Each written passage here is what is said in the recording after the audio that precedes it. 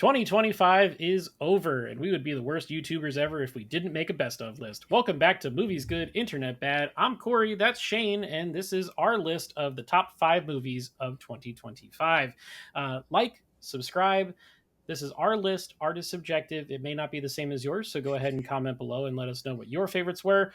Shane, I'm going to yield to you and let you lead things off. What is your number 5 movie of the year? So everyone's going to unsubscribe when I say this, but Yes. I'm going for technical here. But actually, mine was F1.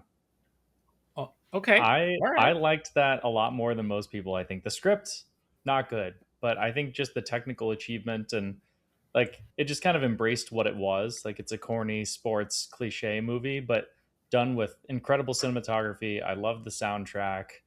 I think the editing was a little bit underrated. Like there's some montages in that just reek of cool. Like the whole movie just feels cool. Yeah. And like even when they say the corniest lines ever, you're just like, yeah, he's What's the one? flying. It's He's like, flying. Yeah, yeah. that's it. And then Yeah, so a little bit unexpected, but hey, number 5 for me. you got that meme now at the end with Javier Bardem with the Yeah, fireworks behind yeah, the him fireworks. and all that. That's kind of made its way into pop culture. So that's not on my list, but I did enjoy it, and we enjoyed it enough to do a review of it here on the channel. And I reviewed the Blu-ray, so there are 2 different F1 videos on this channel, which is more than most Correct. properties. So my number 5 is probably something that's going to get the rest of the people that are watching to tune off, which is James Gunn's Superman. Uh, Oh, okay. I again, this is my list, not yours, not anybody else's. And this was the movie that I actually watched the most amount of times this year. So I Huh. figured Okay. there's got to be a reason for it to be on the list, and that's it. It kicked off a new universe, which we don't get the chance to see that too often. I thought it had brilliant casting. I thought David Hmm. Corenswet and Rachel Brosnahan and Nicholas Hoult were perfectly cast in those roles, and it kind of just felt like a nice warm hug, Yeah. to get away from the Zack Snyder universe and go to something that's a little bit more hopeful and a little bit more cheery. It's not perfect, but it's definitely punk rock, as they like to say in the film. So Yeah, that one's not on my list, but I did really enjoy it a lot more than I thought I would. There's still a lot of James Gunn-ness in there yep. that, like, I'm not, it just doesn't work for me. But it was very sincere. And I think that movies at some point got away from being sincere Mhm. and just became very pessimistic and, everything like that. And so it's good to see just a movie embrace, like, Superman's like just a good old fashioned dude. And I think the world could use a lot more movies like that. I agree. So that's my number 5. What's your number 4? My number 4 is this is funny because when I saw it coming out of the theater, I was a little bit lower on it than I am now, but it's just kind of stuck with me, and it's Avatar Fire and Ash. I really Okay. enjoyed it. I just like the more I think about it, the more it stuck with me, the more I appreciate kind of what the swings it was making. I still Mhm. think the ending is very bad, but Okay. really enjoyed the movie. Really have thought about it for the 2 weeks since I've seen it. And like it's nice because I also think this is, for all the people that say that there's no pop culture relevance for Avatar, this Dude. is the one that's been getting memed the most. And like I Yeah. feel like it's actually in the pop culture lexicon a lot more now than the prior two were. Yeah, for sure. And they introduced a new villain that a lot of I people gravitated think the towards villain was for great. uh, good ways and creepy ways that people got into her. There was a drug induced trip in this one, which we hadn't seen in an Avatar film before. And I think as of like a day or so ago, it already crossed $1 billion at the box office. Yep. So Yep. uh, James don't Cameron, don't just bet James against good Cameroning. fortune. He's doing the thing. It's got long legs, just like all the other James Cameron movies do. That one's in my honorable mentions. It's not on my list, but Okay. I loved that movie. I was very very into it. So my number 4 is Begonia from Yorgos Lanthimos. Um, it was shot on VistaVision, which is cool. VistaVision is coming back Yeah. into Couple prominence movies for some this reason, year. but Yeah. I love it, and I love the way that film looks and the texture that the VistaVision captures, and some of the close-ups in that movie just have like a real like 3D, like it almost feels like they're popping off the screen. uh, Emma Stone and Jesse Plemons are both awards worthy in my opinion from the film there.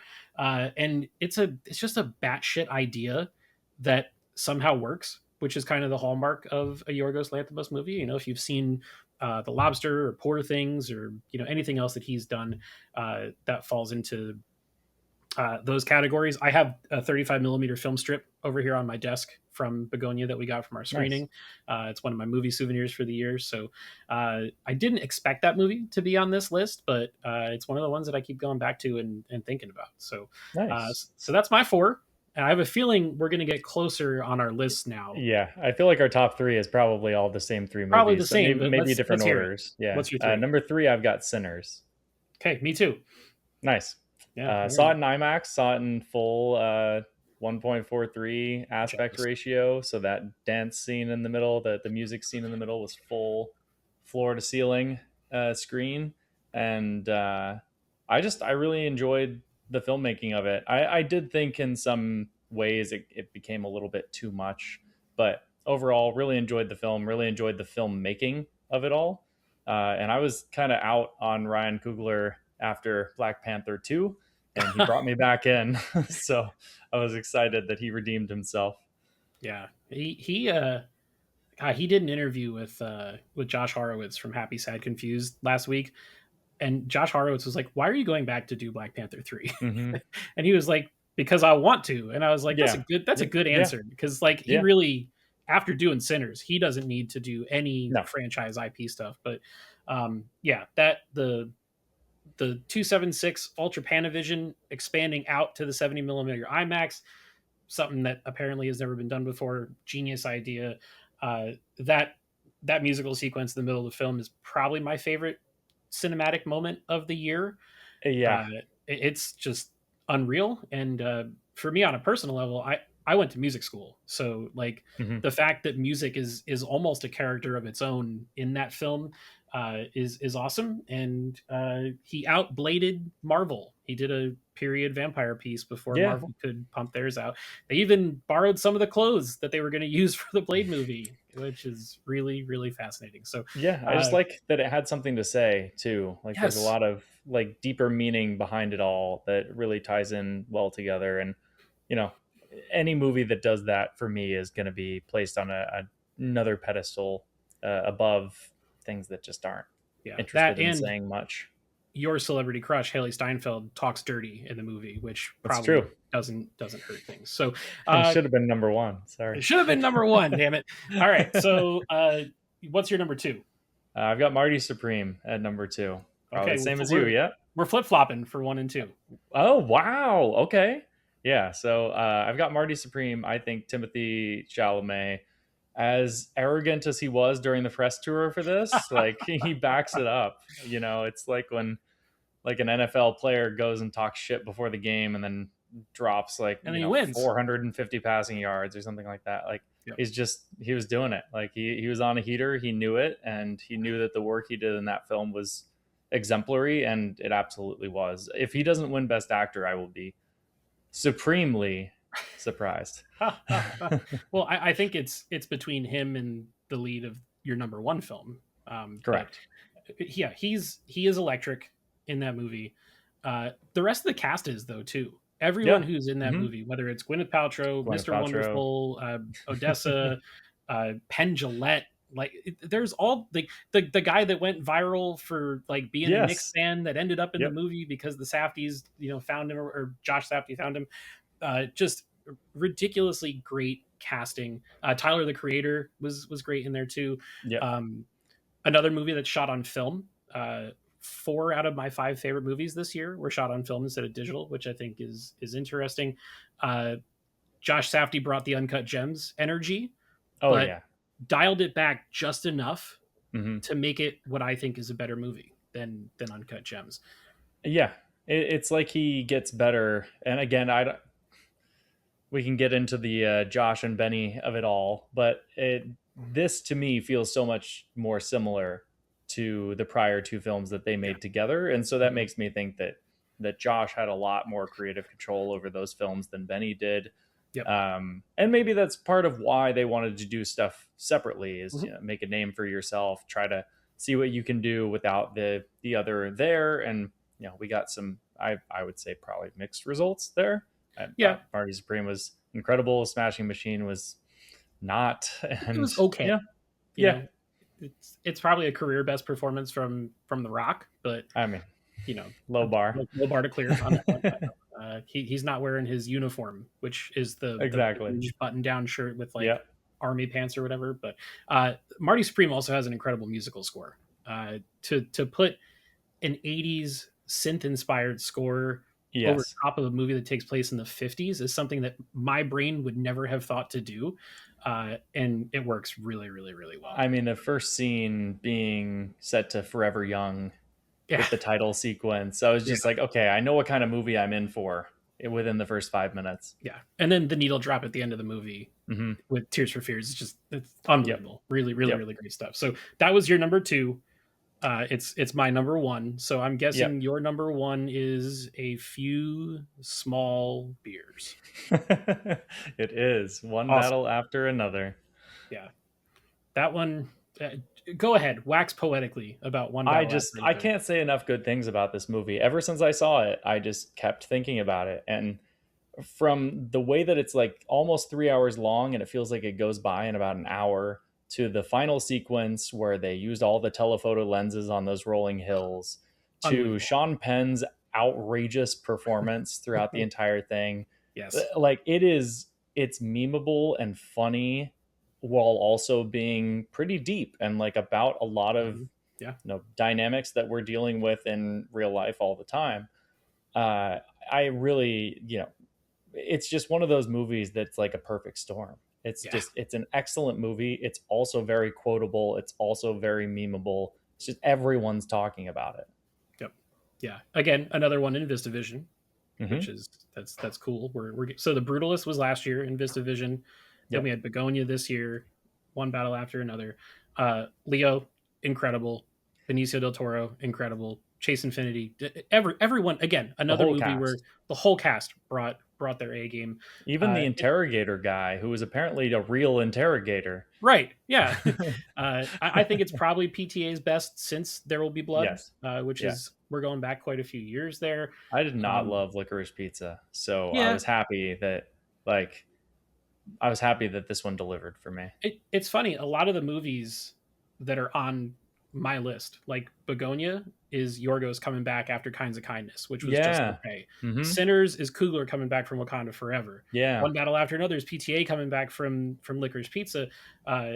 We went through a time, and like even with Nolan, like Hmm. Tenet before Oppenheimer, it was like Exactly. the directors dialed themselves up past 10 for a while, and then they bring it back just a tiny bit, and out comes like what could be their masterpieces. Yeah. So Absolutely. pretty cool. One battle after another too. Music, Johnny Greenwood's score. Hmm. Who knew that you could do so much with With just like a like, couple plunks on a piano? yeah. Yeah, amazing. I talked to a buddy of mine after he saw it once it started streaming on HBO, and I said to him, it's what I like to call propulsive cinema. And Marty Yeah. Supreme kind of falls into the same category Correct. because it's just once those movies start, it's like a snowball rolling downhill. It just gets bigger and Yep. bigger and faster, uh, and just excite. Like after both those movies were over, I had like a little bit of back sweat in the Yeah. movie theater. Right, like that's great. I love that. Yeah. It's interesting because it's a different kind of form of filmmaking, because usually you get that like propulsion through the middle act and then you have a brief pause before the finale and then the Mhm. finale is big. These movies, it's just like straight downhill the whole time. All the way. Yeah, very very cool. So those are our each of our top fives. Do you have any honorable mentions? I mean, I thought Weapons was good for what it was. I didn't think it was as good as the hype, but I still enjoyed it, and I think Gladys is like a great character. Yeah. Um, but not a ton.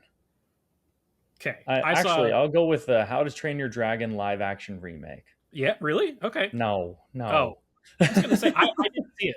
I own it. I no. bought it. I It's haven't the watched it. same exact movie. Is as it okay? the animated film. Yeah. Fair enough. I have a relatively long honorable mentions list. So I'm going to take a deep breath. I'm going to Okay. use my diaphragm here.